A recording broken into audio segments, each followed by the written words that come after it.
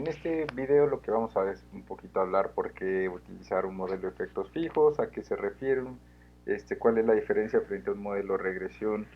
lineal, un modelo de regresión lineal bajo el método de mínimos ordinados cuadrados o ordinary least squares o LS. Y bueno, en principio el problema en general, en problema general, especialmente para las ciencias sociales, para el cual está pensado este curso, es que siempre habrá problemas en la estimación de inferencias y en la forma de abordar la variación en los datos. Esto es, por más que tengamos una hipótesis causal con variables claramente definidas y utilicemos un modelo de regresión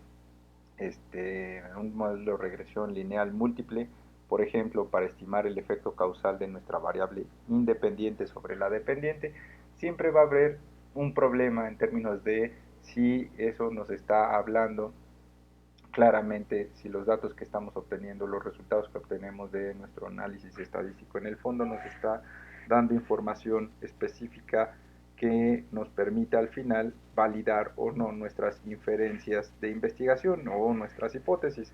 Y el problema de esto es que por más que empecemos a construir modelos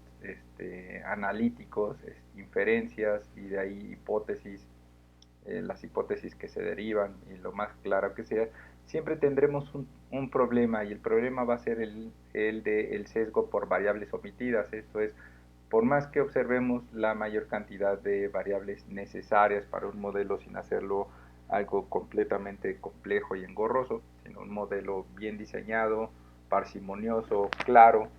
siempre habrá algunas variables que no estemos incluyendo en nuestro modelo, ya sea porque no tenemos la información o porque no sabíamos que existían y por ende no las estamos utilizando.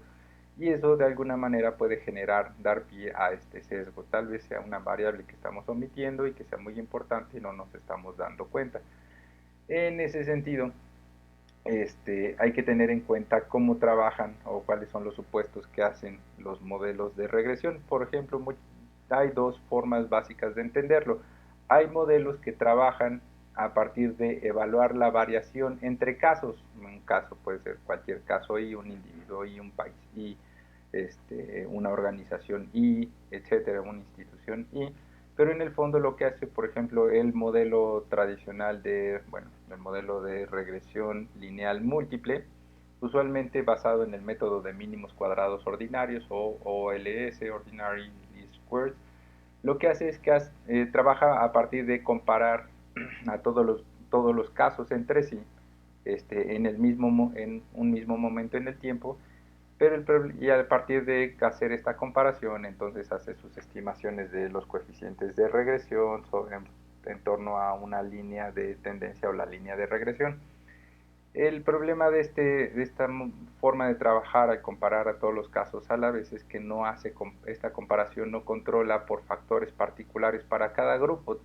Esto es, puede ocurrir que dentro de cada grupo de casos haya particularidades que juntan a unos casos y los separan de otros, pero el asunto es que al compararlos todos al mismo tiempo, estos factores de comparación no los estamos controlando. Eso entonces nos puede estar metiendo una variable, nos puede estar nos puede estar dando pie a generar este sesgo por variables omitidas, pues no estamos controlando otro tipo de variables que no estamos viendo, por ejemplo, a qué grupo pertenece a cada uno de los casos que estamos recuperando. En cambio, hay otro tipo de modelos de regresión que trabajan con variaciones entre grupos o within, o variación dentro de casos entre sí. Esto es, casos que se parecen entre sí, que pertenecen a ciertos grupos o que de inicio podemos asumir que es así. Podemos controlar esos factores propios de cada caso y son, sobre todo pensando, por ejemplo, que son características que no varían en el tiempo y eso hace que sean difíciles que las observemos, a eso se les llama como variables de factor fijo, y esos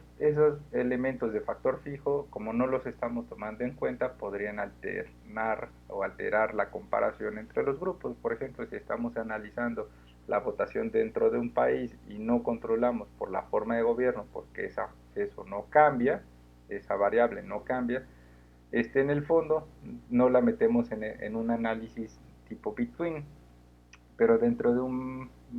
análisis tipo within sí se podría controlar eso para saber si eso de alguna manera está teniendo un efecto o no. En ese sentido, es importante tener en cuenta que hay algunas variables, en este caso les vamos a llamar variables tipo factor o factores, que no necesariamente, que no varían en el tiempo. Sin embargo, eso no quiere decir que esas variables no sean importantes, por eso es necesario tomarlas en cuenta para en algún momento introducirlas en el análisis y de esa manera intentar mejorar nuestra estimación de las inferencias. Entonces, los modelos de regresión con efectos fijos permiten remover el sesgo generado por variables omitidas, aun cuando estas variables no estén siendo observadas en el modelo de la regresión, especialmente el efecto de las variables que no varían en el tiempo. Eso es lo que vamos a hacer en los modelos de regresión con efectos fijos, controlar esas variables que usualmente no varían y que no varían en el tiempo. Entonces aquí ya hay dos elementos, que una es la variable tipo factor y otra es cuando ésta se combina con el tiempo. Eso es lo que vamos a controlar. Entonces, eso es lo que vamos a intentar controlar para mejorar la estimación de nuestras inferencias a partir de los cálculos que generemos en nuestros modelos estadísticos. Aquí lo único que se intenta mostrar en esta sección de modelo formal de regresión con efectos fijos es, en términos algebraicos, cómo la fórmula general de un modelo de regresión múltiple, de modelo de regresión bajo el método de mínimos cuadrados, cómo se va transformando cuando incluimos la variable de efectos fijos, la variable factor. Por ejemplo, aquí se introduce como un alfa i. A esto se refiere a esa variable tipo factor que nos permite generar comparaciones dentro de grupos o que nos permite generar agrupaciones, y después, además de incluir ese factor dentro de nuestro modelo formal, también incluimos el elemento o la variable de tiempo, la separamos e incluimos también los posibles efectos que pueda tener el tiempo en sí mismo dentro de nuestro modelo de regresión, para así ponderar el efecto de nuestra variable independiente sobre la dependiente.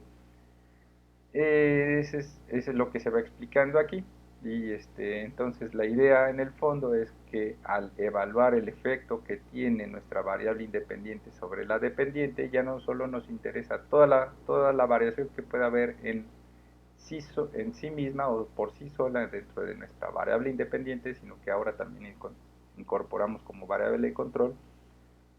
esos grupos o esos factores que nos permiten agrupar a los casos, y a su vez también vamos a incluir el efecto del tiempo como una variable adicional y que nos va a permitir controlar sus efectos frente al efecto de nuestra variable independiente sobre la variable dependiente.